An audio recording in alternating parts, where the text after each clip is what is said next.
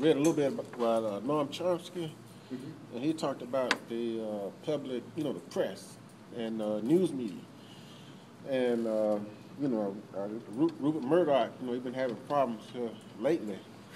And but when he bought Fox, Fox News, and, during the Reagan administration, when a lot of the media was bought up by the right wing, and I'm just, I was thinking about, I asked a question to myself, why didn't Labor and the Democratic Party and other people, buy up radio stations, TV stations, like the right wing did? Right wing, you could hear about 90% or 99% of right wing rhetoric on the radio and on the TV, but very little about, about labor and about that had the interests of the common people at mind, other than, the corporation and the right wing political arm, and I was.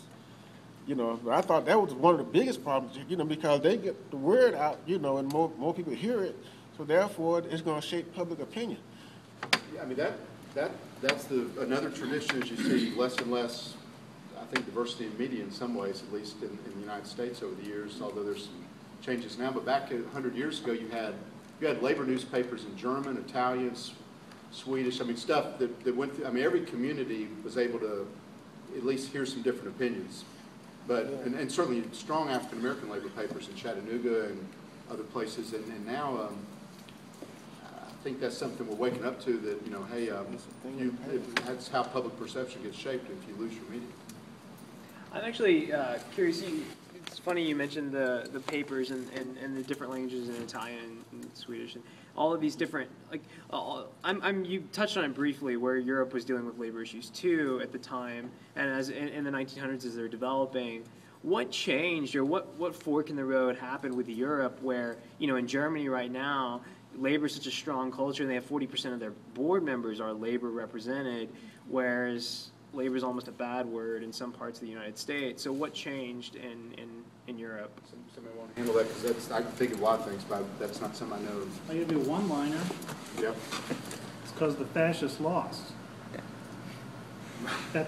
It's almost that simple. Yeah. There weren't so many bad guys to build back Europe. Yeah. So it was what totalitarian fascism had destroyed fell on the backs of the working people to rebuild. Right. And so they were able to exercise some power through the dignity of having to suffer like that. Right. That I think that particularly as Americans, we can be extremely arrogant in the fact that we've never had to face that. You see how crazy people have gone with just what happened in 9/11. That was a terrible, terrible thing, but it was just a drop in the bucket compared to what Europe has gone through. Well, the other thing that happened is that this country purged some of its most leftist union members with the Taft-Hartley Act, when it required that they throw out the communists who had been a strong force in the labor movement up until the end of World War II. And when that happened, and communism became a bad word, whether we agree with it or not, it took the pendulum farther to the right and took away the swing to the left again, because you just don't have that ideology out there anymore competing like you do in Europe. And so that skews everybody's mindset, because you don't have those thought processes in the mix.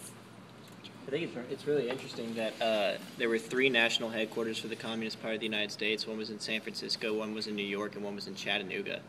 We published our own newspaper here. They had the national conference at the Memorial Auditorium in the early 1930s. It was packed out, standing room only. They had a headquarters down on Market Street.